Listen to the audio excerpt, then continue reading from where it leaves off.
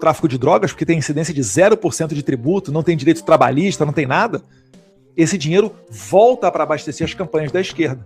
É por isso que eles não podem, né, de qualquer maneira, largar a mão um do outro. Isso pode até acontecer, mas sempre haverá o risco de ser delatado, né? Eles ficam pisando em ovos porque, de fato, sem o tráfico de drogas, a esquerda latino-americana vai ruir, podem anotar. E que o Alexandre de Moraes não fique feliz, né, que a captura do Nicolás Maduro tomou conta dos veículos de comunicação, que a gente está vendo aí que o Banco Master, meu amigo, a gente vai desenrolar essa história aqui na Timeline, o compromisso é falar disso todo dia. Todo dia a gente vai falar, até que se esclareçam, né, as situações todas que estão aí apresentadas nessa relação muito estranha do Alexandre de Moraes com o Banco Master. Diga. Não, é porque é o seguinte, essa questão do Banco Master, Joesley Batista e o que está acontecendo agora na Venezuela, ela está interligada. E a imprensa não está falando disso. Porque é como eu avisei aqui anteriormente, o que a Suíça fez com relação ao Maduro, ela só fez 10 vezes nas últimas 4 décadas. Ou seja, nós estamos falando aqui de uma ação muito rara. Gente, nós estamos falando de Gaddafi. Vocês entendem? Não é brincadeira. O mais interessante disso tudo é o seguinte: essas sanções da Suíça em relação ao Maduro envolvem pessoas que não são alvos dos Estados Unidos, mas que podem ter o seu dinheiro congelado só por associação. E quase ninguém está falando disso. Eu não vi nem a imprensa brasileira noticiar o que a Suíça fez. E aí a pergunta que não quer calar, Eduardo, para aproveitar sua presença aqui conosco, né? Você acha que tem gente no Brasil que pode estar agora com certo desespero por ter o seu dinheiro bloqueado por ligação com o Maduro? Com certeza. Né? Se até dentro do direito brasileiro, o que está no mundo do tráfico, Ramagem vai saber muito bem, né? O que está no mundo do tráfico de drogas está no mundo da perdição. Então, se aquele traficante de droga comprou uma casa, aquela casa será perdida. Se ele comprou um carro, aquele carro será perdido. Ou seja, vai virar tudo bem de um Estado, né? Ou vai virar bem agora os Estados Unidos, ou vai virar bem ali para alguma coisa, alguma instituição venezuelana minimamente digna. Então, com certeza, as pessoas que têm essa vinculação estão todas muito nervosas. Se há uma maneira de se chegar a alguém e relacioná-la com o tráfico de drogas, após essa prisão do Maduro, ela está em péssimos lençóis. É claro, isso daí vai ter que ser provado, mas, mais uma vez, vai abrindo mais um leque de possibilidade de ação norte-americana que o Moraes não consegue controlar, que o TSE não conseguirá censurar, e aí a gente vai ver a importância dessa cena aí dos próximos capítulos, porque muitas das vezes fica aquele negócio, Eduardo, mas não tem vinculação, não tem batom na cueca dessa autoridade com o PCC. Mas havia muita suspeita, né? Inclusive, para quem viu o documentário da Timeline, logo no início já trata dessa questão. Então, talvez agora a gente esteja para ver a consolidação, a comprovação desses vínculos, que uma vez ocorrendo, vão colocar muita gente para perder o cargo no Brasil, vão despertar consciência no povo, vão direcionar para uma eleição muito mais madura, e aí é que a gente espera, né? Aí é que mora a nossa esperança, de conhecer essa liberdade e ela nos libertar. Deputado, em relação à situação do presidente Jair Bolsonaro, né? Ele fez 3 intervenções, 3 procedimentos cirúrgicos desde a véspera de Natal, teve alta hospitalar e no dia 1º, no primeiro dia do ano, voltou para a Superintendência da Polícia Federal em Brasília, apesar de todos os pedidos tão bem embasados da defesa para que ele fosse para a prisão domiciliar. Não era nem para estar preso, né, em situação alguma, mas o que se defende neste momento, o que é possível neste momento, é defender a prisão domiciliar. Eu sei que o senhor tem, ninguém consegue falar diretamente com ele, a não ser quem consegue visitá-lo ali naquele jeito, né, terças e quintas, meia hora, 2 pessoas apenas, mas quais são as notícias que chegam ao senhor sobre a situação do presidente Bolsonaro? Primeiro, Lacombe, verdade, né, essa injustiça jamais deveria estar acontecendo, né, o Bolsonaro está pagando um preço que estão tentando pressioná-lo para ele indicar outra pessoa para a presidência, uma pessoa mais palatável ao establishment, e corajosamente ele tem resistido e indicou o nome do Flávio, né, que a gente fica muito feliz e muito esperançoso porque mantém acesa a chama de um Brasil melhor. Mas eu, infelizmente, Lacombe, eu não posso falar com meu pai desde muito tempo, desde antes da condenação dele. Ali para mais ou menos junho, maio, eu já estava com esse impedimento, né, ordens do Alexandre de Moraes, talvez seja porque eu represente um risco à democracia gigantesco. Então ele impediu o meu contato direto do pai com o seu filho. Isso causou geriza em todo mundo, né, causou geriza.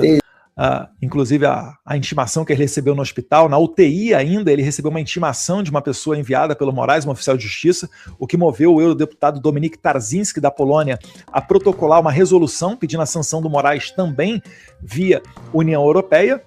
Então eu me baseio as minhas informações muito daquilo que o Carlos tem colocado nas redes sociais dele. Inclusive o Carlos está nos assistindo, mandar um abraço para o meu irmão. Me passou aqui algumas informações. Ele esclarece, né, dessa questão das visitas. Me permita aqui ler a mensagem que ele postou e a mensagem que ele me escreveu. Acabo de sair da superintendência da PF em Brasília após visitar o meu pai. Fui informado de que as visitas familiares estão restritas a terças e quintas-feiras, das 9 às 11 da manhã. Portanto, é importante deixar absolutamente claro, não é verdadeira a informação de que as visitas da família foram liberadas. O que ocorreu na prática foi apenas o fim da exigência de que a família tivesse de protocolar pedidos sucessivos e aguardar, muitas vezes em vão, a boa vontade do ministro Alexandre de Moraes para autorizar visitas por poucos minutos. Em diversas ocasiões, esses pedidos sequer foram apreciados. Hoje, 5 de janeiro de 2026, mesmo diante de um momento extremamente delicado de saúde, o presidente Bolsonaro continua impedido de receber qualquer membro da família. Os fatos são esses, qualquer narrativa diferente disso não corresponde à realidade. Daqui, Lacombe, ponto número 1.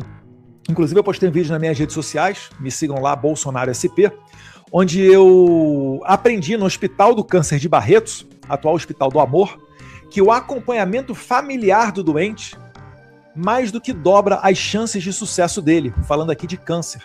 O Hospital de Barretos deu um salto no seu índice de cura quando ele passou a fazer a humanização do atendimento, que consiste basicamente em duas coisas. O médico que dá o diagnóstico acompanha o paciente em todo o tratamento e ele também é seguido pela sua família. É por isso que tem várias casas de apoio ao redor desses hospitais de referências no combate ao câncer. Como o Moraes quer assassinar o presidente Jair Bolsonaro, ele impede o convívio familiar. Mas mais do que isso, vocês sabem, a nossa família ela está totalmente inserida na política. Então, quando o Moraes permite familiares, como o Carlos, como o Flávio, como a Michele, apenas 2 encontros semanais durante poucos minutos, acho que são 30 minutos no máximo, isso é tempo muito pequeno para você despachar com o presidente de honra do PL, com o ex-presidente, com aquele que leva milhões às ruas. Então o Moraes está dificultando a nossa atuação política de maneira proposital. Então na cabeça dele, o Moraes está fazendo duas coisas que o servem.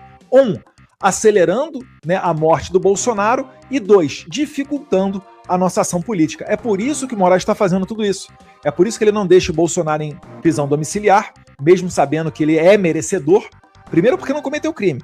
Segundo, por problemas de saúde. Se a gente comparar com o ex-presidente Fernando Collor de Mello, também sentenciado pelo STF e também sob relatoria do Moraes, o Collor foi para a prisão domiciliar por conta de apneia do sono.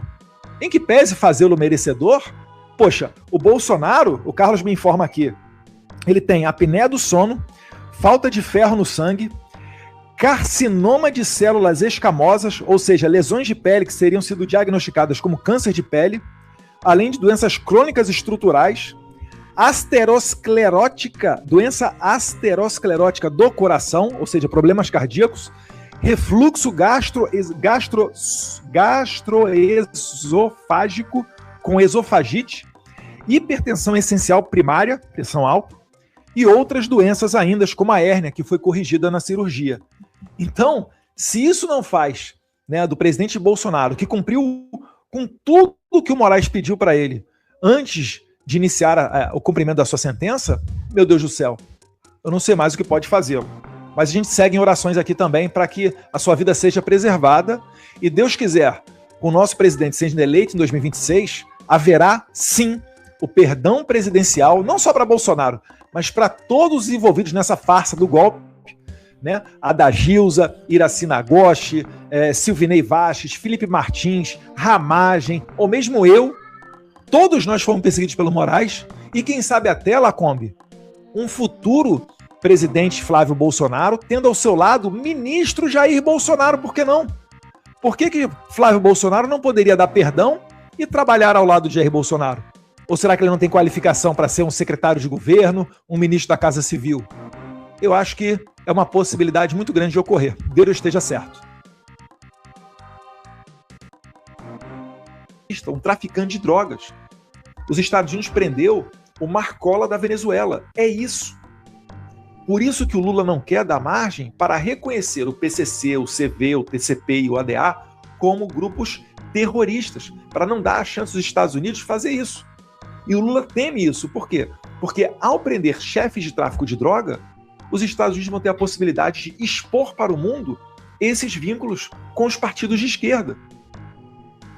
O Hugo Carvajal, que foi o chefe da inteligência do Hugo Chávez, né, da contra-inteligência do Hugo Chávez, e depois disputou com Maduro a sucessão após o falecimento do Chávez, foi preso na Espanha e agora está lá em Nova York, bem pertinho do Maduro. E o Hugo Carvajal já estava delatando, falando como que o tráfico de drogas ganhava dinheiro, e esse dinheiro ia para Lula, ia para Petro, ia para o partido italiano 5 Estrelas, ia para o partido espanhol Podemos.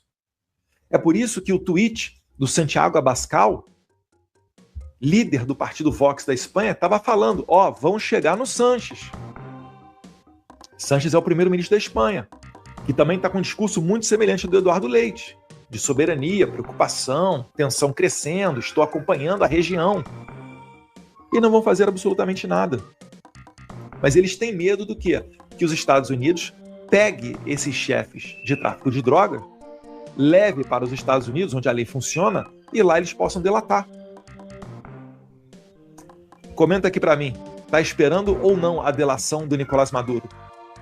E da delação do Nicolás Maduro virá uma sequência de outros fatores. O Lula está preocupadíssimo nesse momento. O Carvajal falava, né, das malas diplomáticas cheias de dinheiro em cash, que ia de país para país, etc. Ou vocês acham que o Lula tem uma simpatia grátis pelo Maduro? Inclusive, vamos aqui terminar de ler o Flávio Bolsonaro e vamos ver o que o Lula, analisar o que o Lula escreveu sobre isso e por que não está passando nem Wi-Fi lá no Lula. O resultado é uma tragédia humanitária, colapso da economia, hiperinflação, desemprego em massa, desabastecimento de alimentos e medicamentos e mais de 7 milhões de venezuelanos obrigados a deixar a sua terra para sobreviver. Gente, já saiu 25% da população venezuelana já deixou o país desde que o Hugo Chávez entrou ao poder. Se esses 25% forem aplicados ao Brasil, arredondando os números, a gente está falando de 50 milhões de pessoas. Se 7 a 10 milhões de pessoas da Venezuela já fizeram dessa a maior crise humanitária, a maior crise migratória da história da América Latina, imagine 5 vezes pelo menos mais isso. Esses são os números se o Brasil cair num regime igual ao da Venezuela. Olha o problema que vai pintar para os nossos vizinhos e também para os Estados Unidos em termos de imigração ilegal. Hospitais em ruínas, violência crescente e pobreza fazem parte do cotidiano de um povo que já sofreu demais. E continua ali o Flávio. Nada disso foi por